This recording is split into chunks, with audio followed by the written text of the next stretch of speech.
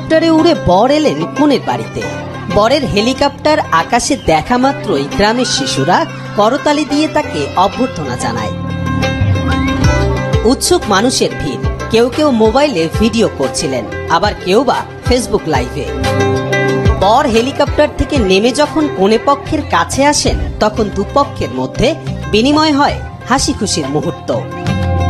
বরের এমন জমকালো আগমন দেখে কনে ও তার পরিবার মুগ্ধ। পেশায় রিয়েল এস্টেট ব্যবসায়ী রায়হান বাবুল ঢাকা থেকে হেলিকপ্টার যোগে বিয়ে করতে আসেন গাইবান্ধার সাদুল্লাপুর উপজেলার নলডাঙ্গায়। 6 নভেম্বর দুপুর 2:15টায় উপজেলার নলডাঙ্গা উমেশচন্দ্র উচ্চ বিদ্যালয় মাঠে হেলিকপ্টার নিয়ে অবতরণ করেন তিনি। কনে প্রতাপগ্রামের স্কুল শিক্ষক এনামুল হোসেন হারুনের মেয়ে নাইমা সুলতানা ঐশী। বিয়ে উপলক্ষে সকাল থেকেই কনের বাড়িতে ব্যাপক ধুমধাম ও সাজসজ্জার আয়োজন করা হয়। মধ্যাহ্নভোজের পর আনুষ্ঠানিকভাবে বর রায়হান বাবুলের সঙ্গে বিয়ে হয় কনে নাইমা সুলতানা ঐশীর।